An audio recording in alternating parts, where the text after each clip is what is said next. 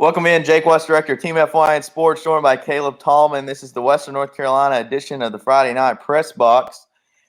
Caleb, pretty good week of football in Week 5. Going back to our pick'em, we had three guys go 9 for 9 in our Western North Carolina pick'em. So a good week of football, but probably not a surprising week of football.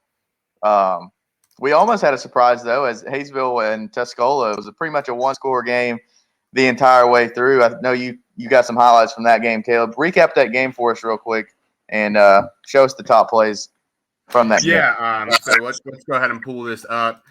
Hayesville just, similar to what we've seen this season, struggled in the second half, and that's just a depth thing. But I tell you what, Logan Caldwell played great. I talked with you about this, Jake, and I'm a little biased because I'm a Hayesville guy at the end of the day. But Caldwell did some things, and he's done some things this season that, I don't know what Hayesville's final record is going to be, but when we get into conference play, if he continues putting up these stats, it's going to be tough to not wonder if he will be our player of the year. Definitely in the running for it already. You saw that. That was a Taylor McClure 75-yard bubble screen. And Hayesville hung tough with Tuscola, but they had a couple of injuries in the second half that really hurt them. Nothing permanent, just, kids cramping up, that kind of stuff. But you can see Taylor McClure had a huge game. He had 200 yards receiving. Then he had,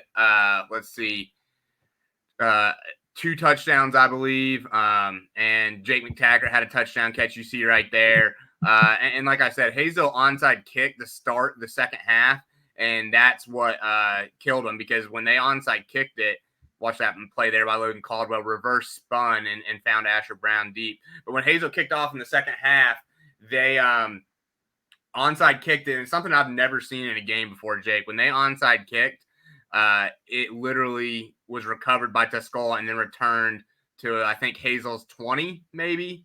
So it was just that was a really big momentum killer. They get that onside kick there, and who knows what happens, but instead they don't get it and then just kind of die out in the second half. That was really the only big play of the second half for Hayesville, a long touchdown, and again to Taylor McClure. I talked to Hayesville's stat guy, and he said, like a lot of schools around here, it's tough to have official record books, but Hayesville's stat guy's been doing stats or been involved with the football program for 30 or 40 years. And he doesn't remember anyone ever passing for 377. So we'll say unofficially Logan Caldwell passed for a school record, and unofficially Taylor McClure had a school receiving record with over 200 yards. So Hayesville's offense is doing a lot of things. I know they're changing up some things on defense this week that I can't give away too much. Some stuff's got to stay off the record until game time. But I think they're building, and when you look at it, they've played one of the toughest schedules. They beat the one team that you really expected they should beat, but they've played 2 3A schools and a 2A school. And so, yeah, they're 1-3, but they're probably one of the better 1-3 teams in the area. You mentioned Caldwell could make a case for player of the year. Taylor McClure, just as a sophomore, could definitely make a case for player of the year with everything that he does on both sides of the ball. One thing Hayesville's going to have to do to be able to compete in our conference is establish their run game. Did they have much run game Friday night, or was it like their previous games? Absolutely. And I think we'll see. I know they're going to try and do some different things in their run game. And at times, maybe they just ditch the run game and decide they're just going to throw it all over the field. If you got Caldwell able to do some of the things he can, it'll be really interesting to see what the long-term prognosis is for that team. But yeah, Taylor McClure was our Hayesville player of the week. Not only did he have 200 receiving yards, Jake, he also had 14 tackles on D. So not too shabby of a night. Another really close game was Swain and Mountain Heritage. That was a game that Swain ended up losing 16-10, but they definitely should have won that game. They ended up with losing 3 fumbles, 3 turnovers off of fumbles in a one-score ball game. Is really, you can't win that way. I think we've got some highlights from that game, Caleb, if you want to roll those. But Swain, another team just like Hayesville, that has to establish the run. There's a good run and play from Carson Taylor, probably the best run they had of the night from one of their running backs. Really, all they've got offensively right now is Gabe Lillard, their quarterback. But a really good showing from them defensively. Again, holding a really good opponent to 16 points. Just like last week, they held Franklin to 21 points. So defensively, maybe one of the tougher teams in the conference. There goes Lillard again, breaking it off for a long touchdown run. But I definitely think Swain can compete and we talked about this, Caleb, when we were talking earlier one-on-one. If Swain finds their go-to guy, their number one guy, that can really make plays, aside from Lillard. Obviously, Lillard right there making another play, but they need a guy that they can give the ball to, or Lillard can throw it to, that can really take over a game, and they don't really have that guy right now. So I think Groenewald's the guy that's probably going to end up being, just because, like Cooper Hyatt's a really good shifty receiver, but when you look at Groenewald, if I'm saying that name right, I mean, he's 6'2", 6'3", can jump. He's the type of go-get-it guy. I just think we got to see, can he bring it on an every-game basis and stay healthy, because he's had some injury issues throughout his career. Yeah, and just like Hayesville, Swain has to establish the run. I don't know whether that's going to be with Carson Taylor. I mean, I think Carson Taylor had, I don't know, 50 less than 40 yards of rushing last week. I got you. He was 12 carries for 70 yards, so a little better than you thought. But you're right. Gabe Lillard had 17 carries for 115 yards. Yeah, I mean, it's just hard to be one-dimensional, and maybe, I mean, just from being there and watching the game, obviously I didn't have stats right on hand. Maybe it was different, but that's just kind of the way the game felt. Was that they weren't able to really get anything going on the ground unless it was Lillard making plays with his feet. And I think we see a couple of teams in our conference that are like that, and some of the teams that we've played, it's an early season struggle type deal. You look at Swain, and you take Hayesville, for instance, they're putting up a lot of yardage, but the points aren't coming with it. I mean, I'm just looking at the box score on Max Preps from the Swain Mountain Heritage game. Swain outgained them by 70 yards. And I think they had less total plays of offense than Mountain Heritage. So they had less plays and had more yardage. So you got to find a way to finish drives. You got to find a way to take care of the ball. I mean, what has it been, Jake? You think Swain's been in the red zone 6 different times this year that they've came away with no points? Yeah, if not more. I think it was 3 times just last week against Franklin. But kudos to Swain. I mean, it's a back-to-back weeks with a loss. But, I mean, last week it was against an undefeated 3A team in Franklin, number 3 3A team in the state of North Carolina. And this past week it was against Mount Heritage, the 2A state runner-up from last year. So, I mean, they hung in there. They hung in tough. They just need to kind of get over that hump finally, and start winning some of these games. Let's move along and recap that Franklin game. I'm sure there's a lot of Panther highlights from that. Yeah, I cut it down, Jake. I mainly use the first half highlights just because if we had used them all, it would have been a 15-minute highlight. But here they are, courtesy of the Franklin Panther Sports Network. East Henderson, that was the first drive. They looked like they were going to drive and score right there, come up with a huge interception. There was a couple of times where East Henderson, it wasn't a close game, but East Henderson moved the ball, but they killed themselves with turnovers. And credit the Franklin Panther defense, because it wasn't like they were just simple turnovers. I mean, you saw that. That was a great diving interception. And then you see McGuire. That kid is an absolute animal. I mean, I think people sleep on the Franklin Panthers because they're just out here in Western North Carolina, away from a lot of their conference. And they're our only school outside the Smoky Mountain Conference that we're covering in Western North Carolina. But these Franklin Panthers, the more and more I watch them, I don't care if it's 1A, 2A, 3A, 4A. I think they're a team you don't want to see on Friday night come playoff time if they stay healthy.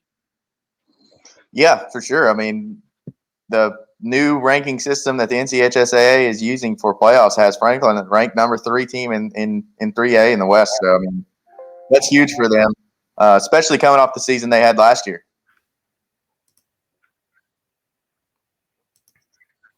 Coach Brooks kind of changed his game plan a little bit this year. Coming off I mean, it wasn't a losing season last year, but it definitely wasn't a Franklin Panthers type season. No, I mean, in credit to Brooks, because they had 2 rough years when you talk about the Franklin Panthers standard, and look, they're right back. It did not take them long. And I mean, there's not a whole lot to talk about on that East Henderson game just because they dominated so heavily. But that's not going to be the last game that you see them dominate.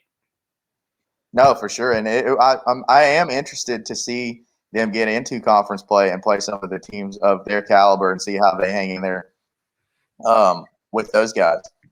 Moving right along, let's pull up the Murphy highlights from their game against Cherokee, Tennessee.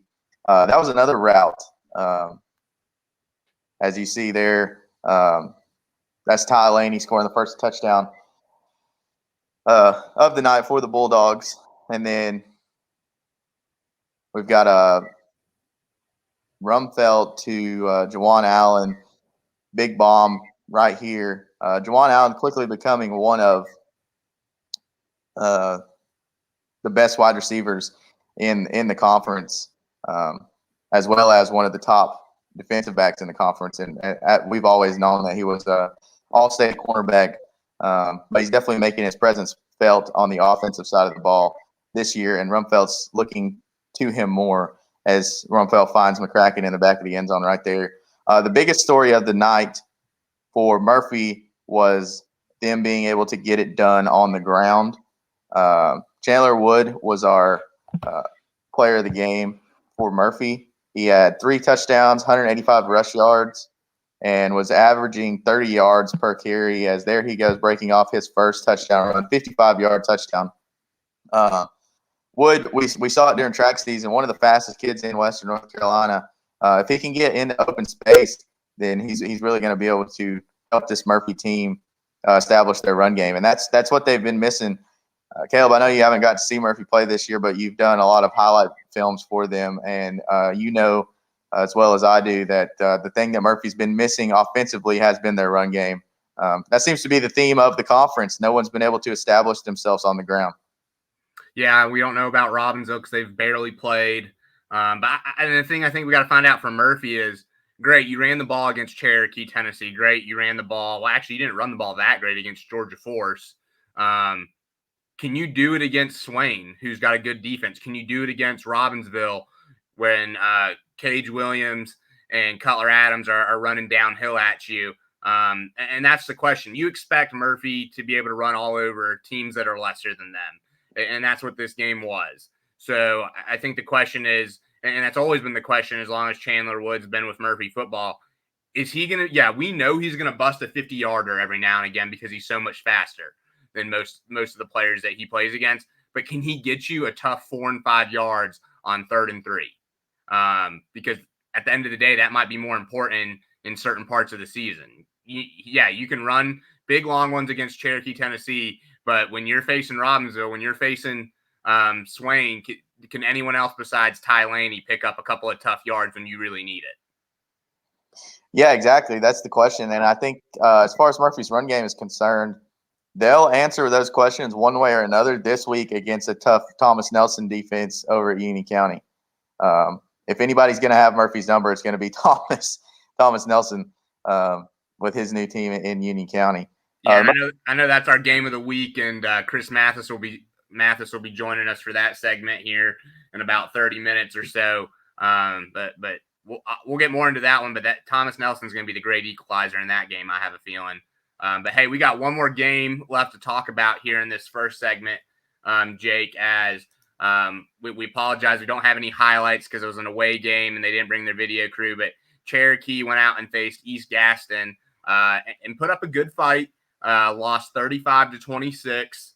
But there was a couple of troubling things. Cherokee doesn't put their box scores up on Max Preps, Jake, so we didn't get to see what their stat lines were. But I'll tell you this, it's troubling, is East Gaston ran the ball 25 times for 221 yards, so almost 9 yards a carry. And then when you look at some of the passing attacks in our conference, you really have to worry about this stat line. East Gaston was 7 of 13 passing, but all 7 receptions were to one wide receiver, and he had 7 receptions for 121 yards and 3 touchdowns. And so looking at that stat line, there's some dominant receivers in our conference, Jake. Murphy's got a couple in Peyton McCracken and Allen. Hazel just had Taylor McClure go for 200 receiving yards. I think Hazel's had 4 different kids with over 100 receiving yards at some point this year. So if you have a tough time where you can't shut down one wide receiver, if you're Cherokee, that does not bode well for you defensively coming into the heart of conference play. Yeah, exactly. If it doesn't seem like their defense has really been able to stop anything. You mentioned the passing game, but also I think Gaston was able to gash them with a run. I don't know how many rushing yards did they have? 221 on 25 carries. Like I said, about 9 yards a carry. Yeah, that's and I'll just throw this out there too, Jake. None of it was quarterback run. It was all fullback, running back. They had 2 kids. One have 11 carries, one have 13 carries. Account for 219 of the 221 yards. So if you can't stop fullback and running back, teams like Swain and Murphy, teams that haven't established a run game great, are still going to run it all over you because that's what they do. So at the end of the day, and I think Hazel and Cherokee are in a very similar position right now coming into conference play. They're both really solid offenses that at times can be electric and put up points, but can their defense get stops? And that's what we need to find out. Yeah, for sure. I agree 100%. Let's take a quick break, Caleb, and come back and let's highlight these week 6 games and preview these games. I know we've got some good games in the Smoky Mountain Conference coming up this week. So let's take a quick break. Jake West, Director of Team F1 Sports, with Caleb Tallman. This is the Western North Carolina edition of the Friday Night Press Box presented by Team F1 Sports.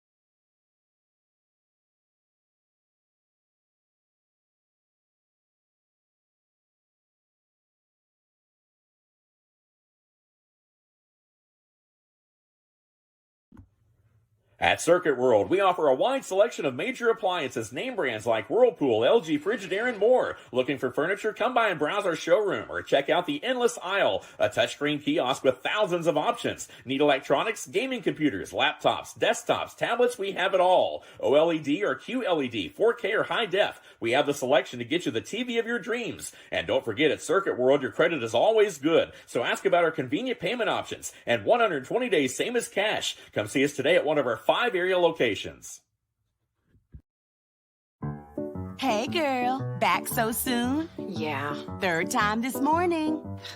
Feeling too familiar with the bathroom these days? It's not just you. Hey girl, look who made it 15 minutes.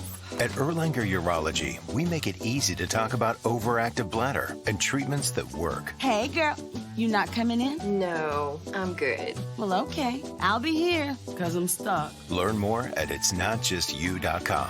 Erlanger Urology.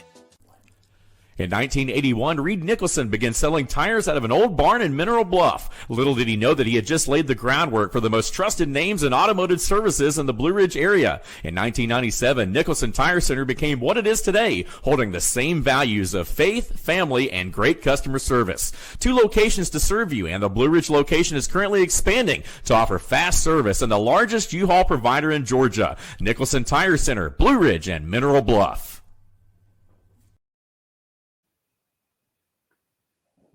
Welcome back, Jake West, Director of Team F1 Sports, joined by Caleb Tallman. Caleb, let's get into a game that's not in the Smoky Mountain Conference. Let's get into Franklin versus Tuscola here in Week 6. Those 2 teams that you've already seen play this year, what do you expect to see come out of that game? I think Tuscola has the opportunity to play Franklin tough.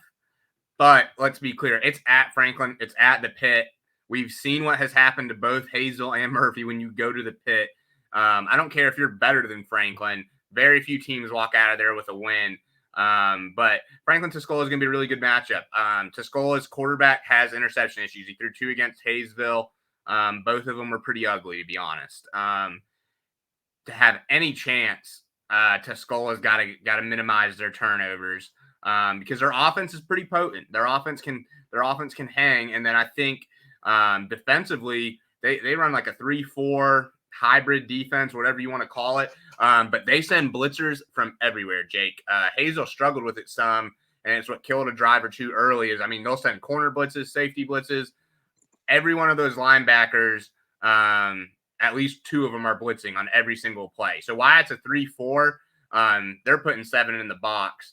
But with it being a 3-4, I think Franklin's going to have some pretty good success running Braden Watts and Ty Hanley up the middle. And but Tuscola's going to have to get creative with those blitzes. And maybe I think your only hope is, stop the run or minimize the run and force them into some passing situations and make McGuire a pocket quarterback. Because McGuire's had a great year, Jake. We've seen him run all over people. We've seen him, throw some deep balls and stuff. A lot of that comes from outside the pocket because he is a smaller quarterback.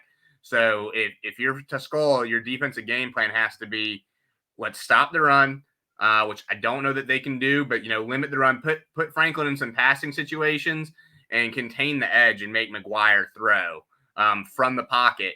And then maybe you have a chance. But at the end of the day, Tuscola has not been able to limit the turnovers, not even against Hazel, not against some of the other opponents they have played. That's what's going to really hurt them. And Franklin, we know, takes care of the ball really, really well, Jake. And Tuscola's only hope of winning this game is if they win the turnover battle. And when you look at it, the trends say it's not going to happen. I understand why it's a 20.5-point spread due to Massey ratings. I expect Franklin to come close to covering that spread. Yeah, I do too. I'm going to go out on a limb and say your pick is Franklin in this one. Yeah. As is mine. And I would even bet against the spread in this one. I think Franklin by 3 touchdowns. I know Hayesville was able to hang with I know Tuscola pulled away from Hayesville there at the end, but that's, I think, solely due to Hayesville's depth issues. I think if Hayesville was a deeper team, they would have been able to definitely compete with Tuscola for all 4 quarters.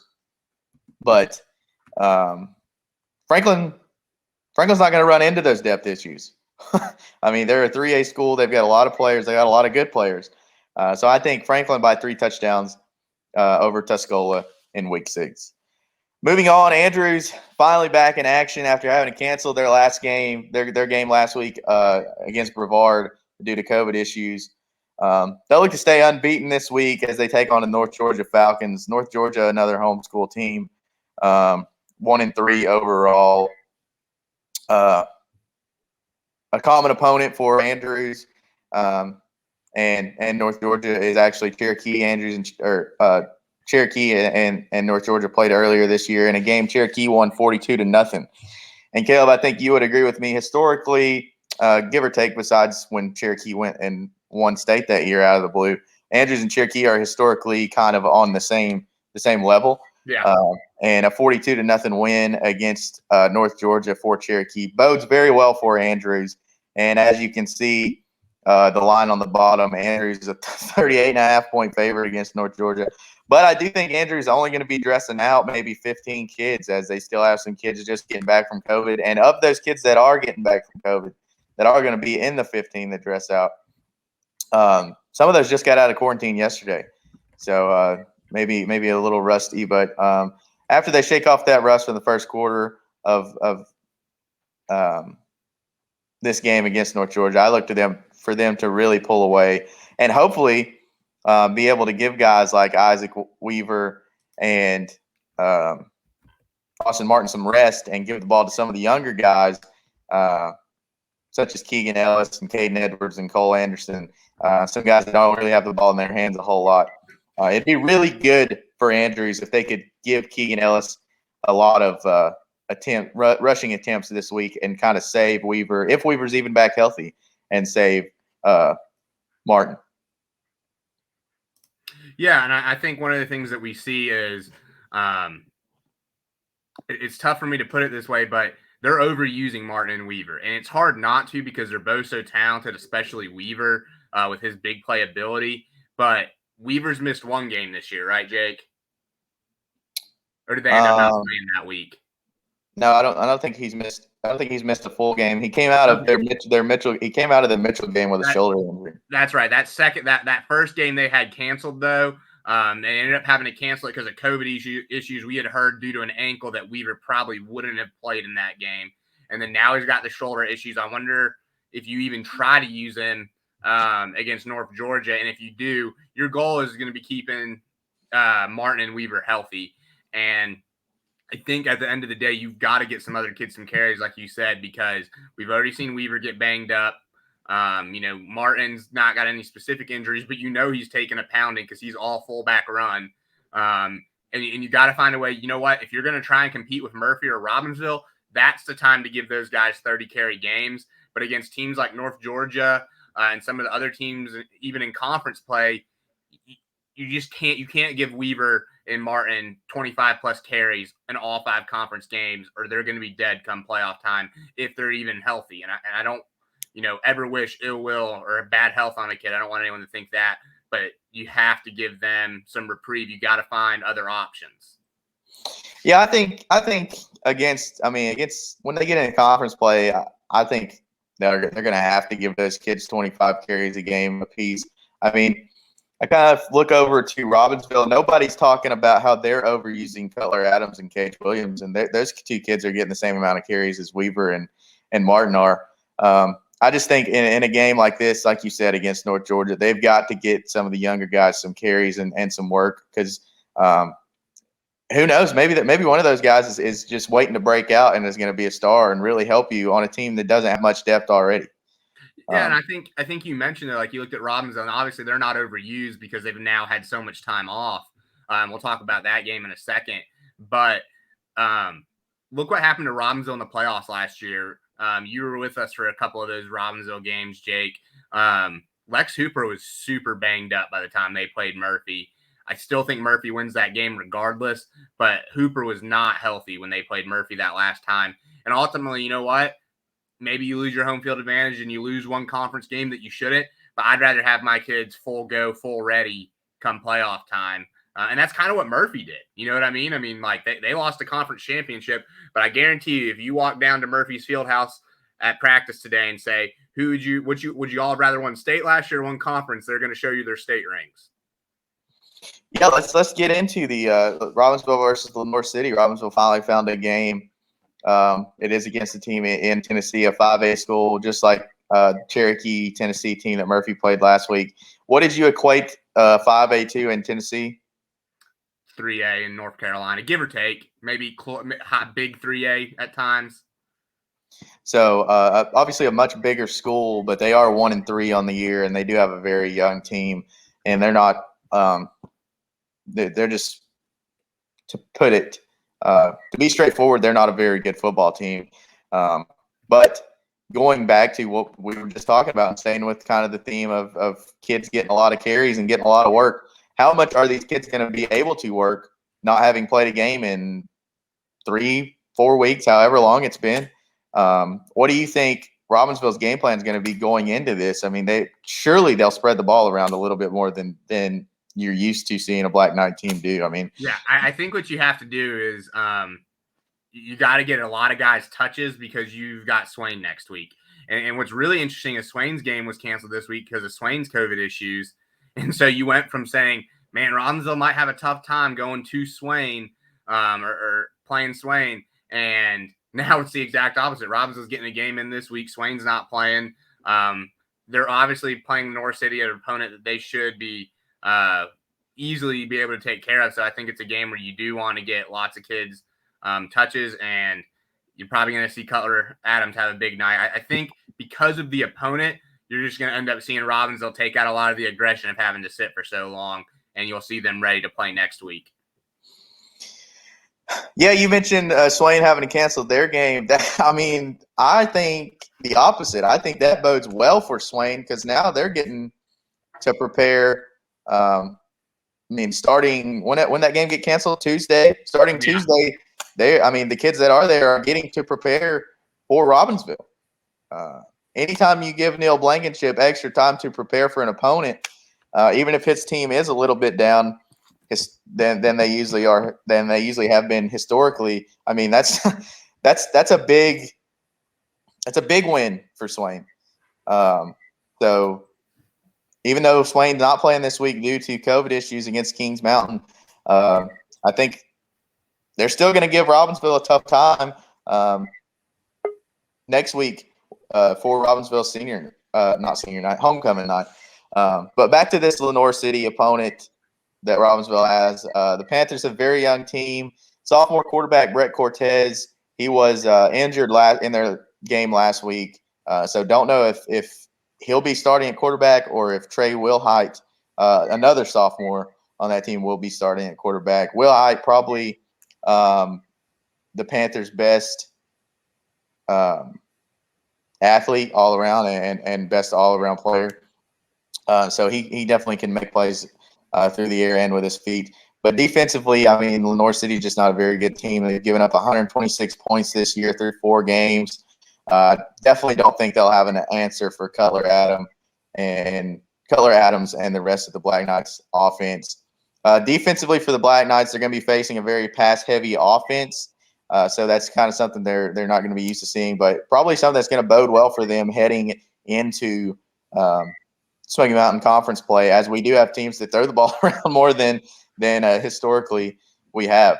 So as long as they're able to get pressure on the young quarterback of Lenoir City and make him make some questionable throws under pressure, they shouldn't have any problem with shutting down the Lenoir City offense.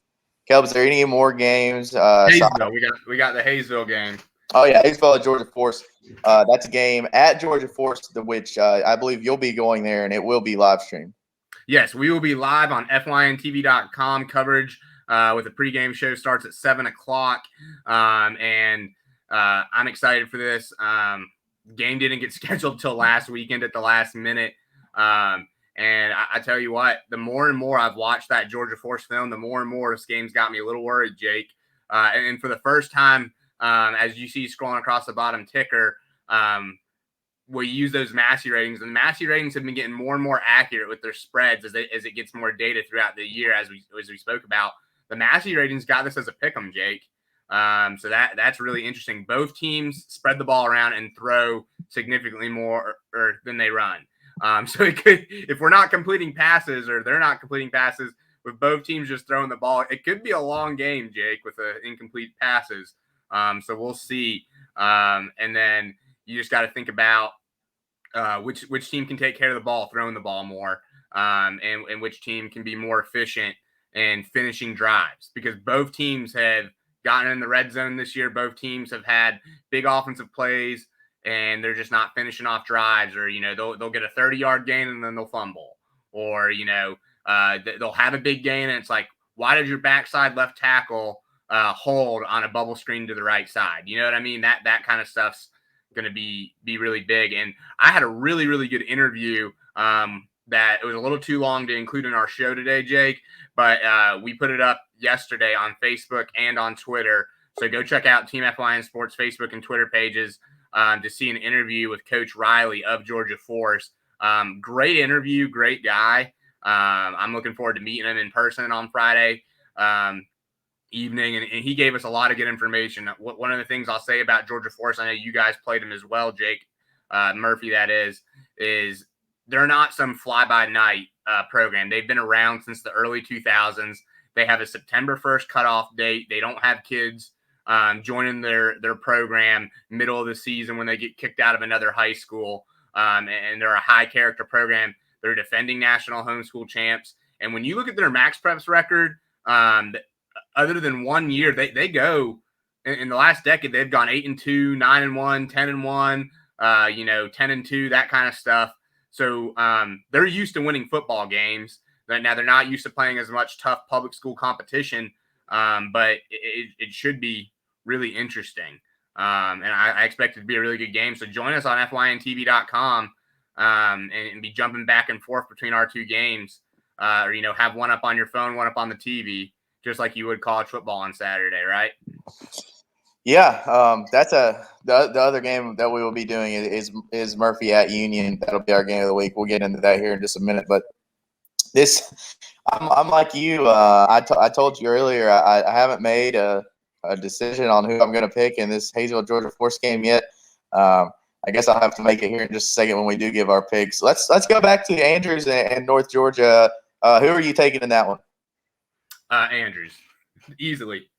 And I'll take Robbinsville over Lenore City. Yeah, I'm in the same boat. Really, the one that and obviously taking Franklin against Tuscola, but this is definitely the swing vote right here. I know you'll be on the call, and historically you are a Hayesville guy. Are you gonna go with Hayesville, traveling down to Georgia Force and coming back home? I'll let people guess what my pick is. I try not to pick them when I'm the guy calling the game.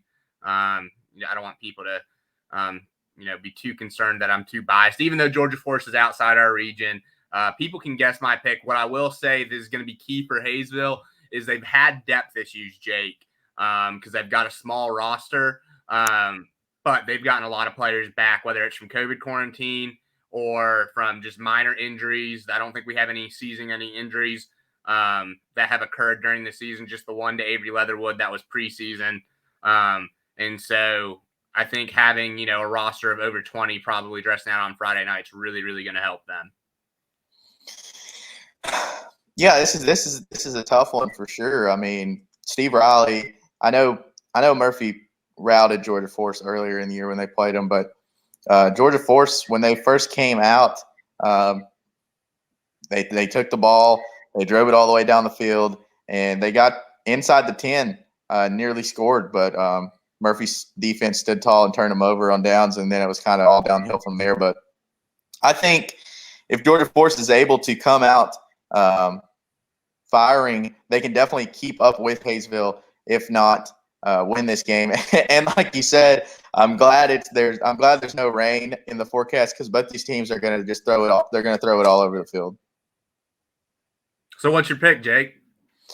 I think with it being a home game for Georgia Force and just going off, I haven't been to a Hayesville game. I haven't seen them. I look at Hayesville being 1-3, and their only win coming against Lookout Valley. I think this Georgia Force team is much better than Lookout Valley. And with Georgia Force being at home, I think Georgia Force may win this game. It could be a field goal difference. I'm going to go with Georgia Force at home. I hope I'm wrong, strictly for the fact that I hope the Smoky Mountain Conference is completely fluid come conference time. I hope Hayesville is able to get this win, and Andrews and Robbinsville are able to get their wins, and Murphy as well this week, so that when we do head into conference play next week, we'll really see. It'll just be up in the air. Caleb, let's take a quick break and come back, and we will highlight our game of the week on fyntv.com. Union County, Georgia hosting Murphy. Nick West, Director of Team FYN Sports, joined by Caleb Tallman. This is the Western North Carolina edition of the Friday Night Press Box presented by Team FYN Sports.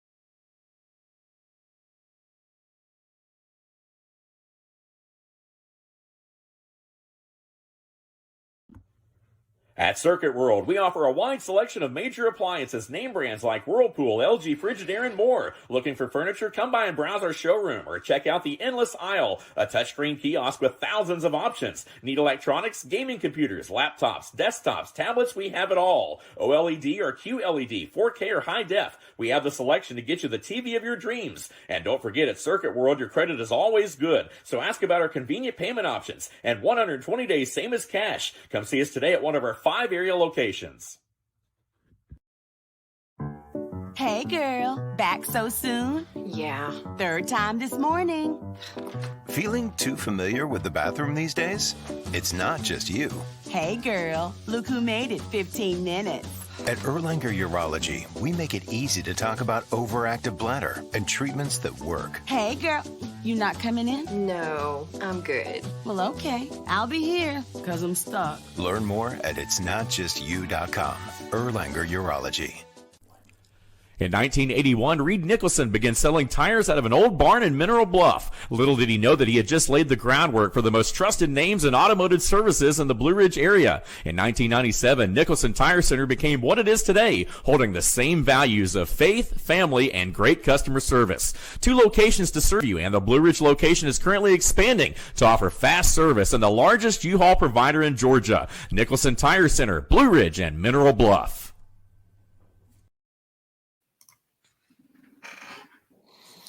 Welcome back, everybody. We've got another ugly mug on the screen. It's Chris Mathis, WJRB, WJUL is joining us. We're going to highlight our Team F1 Sports Game of the Week between Murphy and Union County.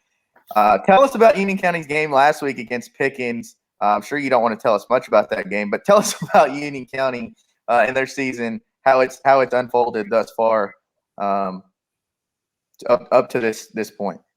Yeah, Jake, obviously Union County is still in search of their first victory in the Michael Perry era. They fell short last week on the road against Pickens County, and heading into that game, I thought it was going to be a winnable ball game. I'll just be honest with you guys. Unfortunately, the final score, 45-7, Pickens County prevailed over Union County, and it was a tough loss, obviously. I think a couple of blown coverages early on, the first 2 drives. In fact, Pickens County had one receiver make 2 big catches on back-to-back drives. Both went 60 or 61 yards.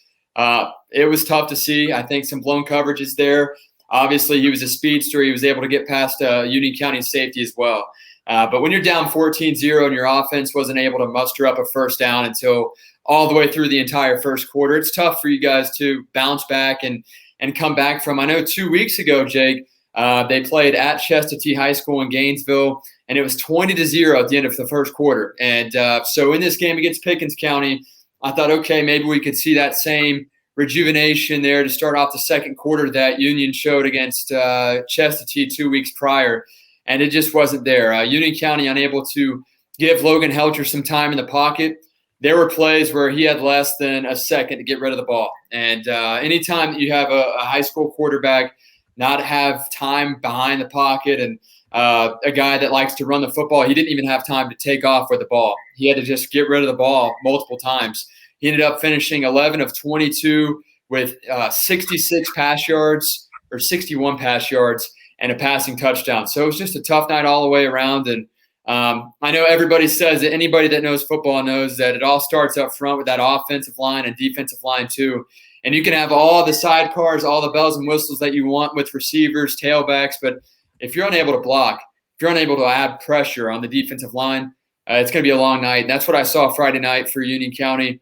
I will say this, after the first half, I think that Union made some key adjustments, especially defensively. The first half, Pickens County was running all over the place, whether it was the quarterback draw or a handoff or even an end-around handoff to the wide receiver, which I think Murphy's going to do some of that, obviously with Pate McCracken, a speedster, and then the 3 or 4 running backs that Murphy has that are all very productive and very good athletes too. I think Murphy could do that too against Union this week. But again, talking about that game against Pickens County last week for Union County, they made some adjustments and they stopped that rushing attack there at the start of the third quarter. And it was really just all about limiting the Pickens County Dragon offense, and they did that the entire second half. But it was too big of a deficit At the end of quarter number 1, Pickens County led 28-0. At halftime, it was 35-0. And again, you guys know the final score being 45-7. And I'll be honest with you, that one touchdown, kind of a gift from Pickens County. Right before the half, they had a little over a minute and a half remaining, and they were at their own 20-yard line. They were trying to tack on another score instead of just kneeling the ball out and going into halftime up 35-0. They tried to take a shot across the middle, and Sam Page, Panther defensive back, picked off the pass, set up the Panthers in the best field position of the day inside the Dragons' 25-yard line. Panthers able to muster a couple of 7-8-yard plays and then eventually find Keaton Chitwood wide open in the end zone on a fade route. 6'4" wide receiver, give or take an inch or two, wide open, able to burn past his guy and make the touchdown. And other than that, very slow offensive production for Union County. And then defensively, again, just a couple of blown coverages, a thing that I've witnessed from day one this year. So many arm tackles, almost just too many to count. These guys trying to go in too high on even a wide receiver. They're trying to hit way too high, especially tailbacks. The tailbacks that Union County has faced have been pretty legit. Starting week 1 against Fannin County, Seth Reese, just a man amongst boys, 6'4", 210 pounds. You can't tackle him high. That's what they did week 1. Week 2 against Chestatee, another big bowling ball in the backfield. He was trying to get 4 or 5 yards. That's what he was good for, but consistently. And he was able to do so against Union County. I believe his last name was Lopez. They tackled too high the entire game. And then last week, Pickens County really relied heavily on that rushing attack, end around, like I said, to the wide receiver wearing number 4, really good wide receiver. And then quarterback draws really got the Panthers. So late in that third quarter and throughout the entire fourth quarter, the Panthers made adjustments. And again, the whole entire situation in which they're trying to make arm tackles, that's not necessarily coaching. That's just instinct. And Panthers made those adjustments. It's just a matter of, can they be ready from the get-go for this Murphy Bulldog offensive attack? And obviously at WJRB, WJUL, I cover both programs. I work with both programs equally, so I'm able to know a little bit about both. And I'll be able to call this game on Friday night on 95.1 FM. And I'm excited. I think it's going to be a good matchup. I think as long as it's competitive, that's all that I ask for from a broadcaster standpoint. But this is one of those games where you would like to think Union County has the advantage with Thomas Nelson knowing this Bulldog offense, the ins and outs. But at the same time, Joseph Watson knows just as much about what Thomas Nelson likes to do defensively. So it is truly going to be a great game. We'll see if the score reflects that. But I think early on it's going to be a good game, and I'm just excited for this matchup, and I know that you guys are too. And if you guys want to catch this game live play-by-play, tune in 95.1 FM on your radio dial if you're in the 5-county area. Clay, Fannin, Towns counties, Union counties, Cherokee County, the whole 9 yards. Or you can live stream at WJRBradio.com. We go live with a pregame show at 7:06. I'll be on the call, excited for it. Win, lose, or draw, I'm just excited for a matchup and to be able to play football here. And more importantly, have football during a very unusual time with COVID and obviously North Carolina schools had to play in the spring last year. So this is going to be a lot of fun for both sides of it. And with it just being, a matter of 15 minutes between the two schools, 15 miles, it's going to be a packed house for the season opener for the Union County Panthers this Friday night.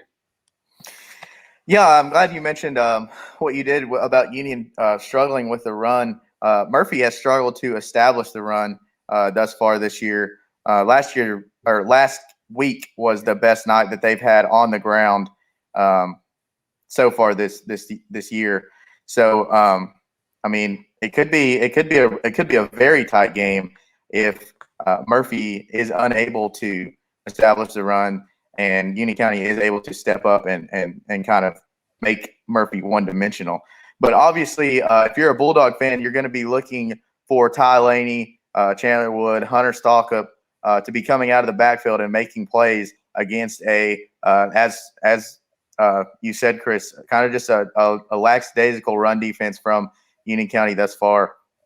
Also, you're going to want to see, if you're a Murphy fan, you're going to want to see Peyton McCracken and Juwan Allen and Hunter Stalkup once again. Probably Murphy's 3 top wide receivers right there get open and get into space. as you mentioned, and as I saw watching the Union County film from last week, Union County did have some blown coverage. So if Murphy and Kellen Rumfeld are able to hit some big throws over the top, that'll really bust it open, and maybe that will help Murphy be able to pull away in this one. Also, another thing to watch out for offensively for the Bulldogs is just mentioned his name, Hunter Stalkup, coming out of the backfield. The best hands from a running back on a Murphy team that I've seen in a long time, maybe ever. He's got made some really big plays through the air, and it's just different coming out of the backfield. Having a wide receiver type guy come out of the backfield, a guy with as good as hands as he does, because that's not something that we necessarily see in our area. Mm-hmm. Running backs run the ball, wide receivers catch the ball, yeah. and there's not really any crossover. But like you said, if they're able to get him coming out maybe on a wheel route out of the backfield and end arounds from McCracken or Jawan, Jawan is definitely the one I would watch out for on an end around or something like that. Because I mean that's kind of how Murphy has used him this year thus far, as kind of like a wingback type player. So if Jawan Allen is able to get the ball in the backfield and take a few handoffs, watch out for him because he's very shifty. What do you see going into this, Chris? I know everybody thinks it's going to be a tight game. What do you see? What's it going to come down to? Who's going to win this game? I think it comes down to who established the rushing attack and who establishes it first. I really do. I think that Union County, that's been a struggle for Union. Their leading rusher, quarterback Logan Helcher, before last week against Pickens, he led the team in rushing yards with 82 rushing yards for the first two games, which is great for a quarterback. But for him to be the leading rusher, that's not great. And Caleb Rogers out of the backfield, he's got great hands too. He played against Pickens last week and came out after the first drive due to some injury. I don't know what that injury was, so I don't want to speculate. But he had, I believe it was 7 catches, over 110 yards, and a touchdown 2 weeks ago against Chestatee, receiving out of the backfield. But again, that's not really the rushing attack. So I do think that rushing attack is going to be key, and obviously Murphy has all the horses in the stable. It's a matter of, hey, is Union County going to step up and try to stuff that run that the Bulldogs are going to present for this defense? And we'll just have to see. I think that Chandler Wood, a guy that went off. I mean, talk about a guy that took advantage of his carries, his touches last week. Six carries out of the backfield. He scored on half of those. 3 rushing touchdowns, 185 yards on 6 carries. I mean, that's absurd. And, that's scary to me because you also look at a guy like Ty Laney who can do the same thing. Jawan Allen can also do it too. And then Hunter Stalkup, as you mentioned too, Jake, another great running back. So they've got all the horses. It's a matter of, is Union County going to be able to make the tackles? Is Union County going to be able to stop 1 or 2 of these guys or even all 4 of these guys? Time will tell. What defensively is Murphy going to have to look out for? Defensively, I think that Murphy's going to have to worry about quick out routes. I think the Panthers, with their offensive line situation, are trying to establish quick plays. That way, Helcher's even able to get off a quick pass and have a chance for it to be completed. Last week, they were unable to capitalize on a couple of go routes. They were unable to capitalize on a few out routes too. But typically, just quick passes, drag routes, slants, those type of plays, and then checkdowns, I think so. And then eventually they work themselves up to, taking a shot. You'll see like a 3rd down and 6. Hey, they're expecting the run. Let's take a shot. Keaton Shitwood is a great wide receiver, and I think that he has all the talent in the world. If we're able to have time in the backfield and if you're able to see Logan complete a pass, they can make something happen. But it truly comes down to that offensive line, and I think the game goes on how the Panther offensive line plays. So Union County definitely a pass-heavy without question offense with what Michael Perry has brought in and kind of, he's more for them into that. Yeah, for sure. So, yeah, they talk about, sorry to interrupt you, Jake. They talk about when he came into this offense that he was an air raid top offense, and I thought, okay, we're going to see, maybe half the plays, passing plays, several passing plays. He really is an air raid offense, and with Helcher having time, not only does it buy time to make a play and make your reads, more importantly, but he can also take off and scramble. If the line's not playing well, he has no time to even get away and get out of the pocket. So we'll have to see what they draw up. Yeah, it's going to be a huge game for Murphy, kind of a prove-it game for some of these kids on the defensive side of the ball especially. I know we saw last week Chandler Wood, a great night on offense, but also a great night defensively. I believe he had a sack and 8 or 9 tackles.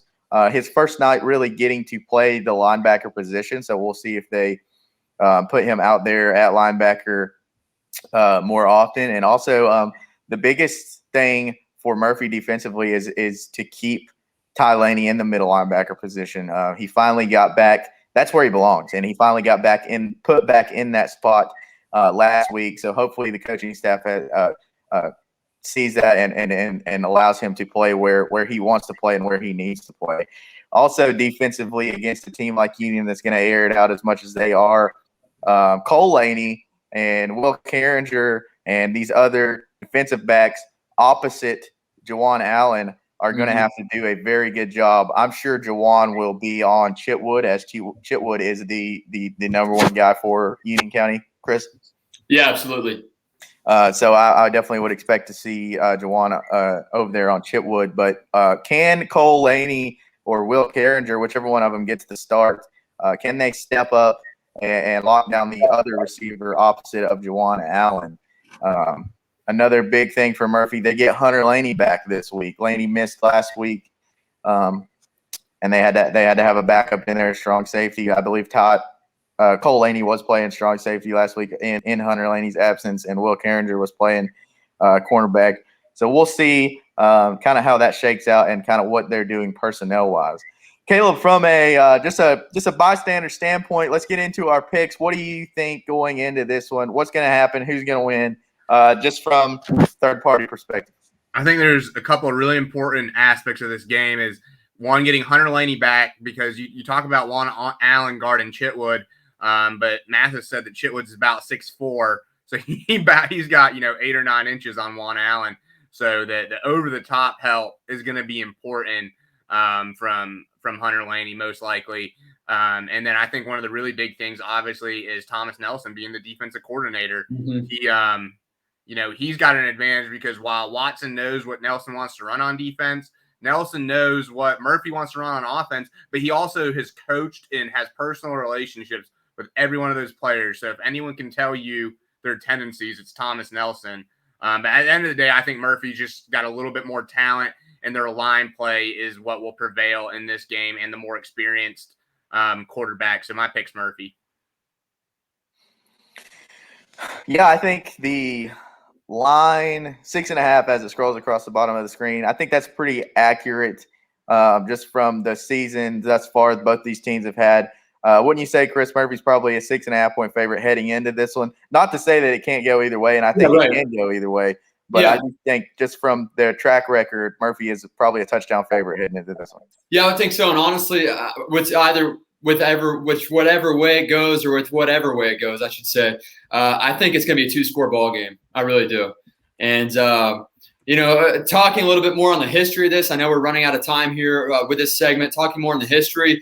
First true matchup between these two teams since 1989, 32 years ago. And then Murphy leads the series 11-6 out of those 17 matchups. So pretty cool stuff there. It's going to be a great ball game here in Blairsville. As I sit at the Union County Rec Department, shout out to Leland Sorrell for letting me use his office instead of being in the park with some parolees as they did some weed eating. So very excited. Make sure to tune in on 95.1 FM this Friday night. Also check out FYNsports.net for that broadcast too. Yeah, FYNTV.com. We'll have it live. Chris, I know if you're on the road and you want to listen to it on the radio, Chris, you can listen to Chris on the radio.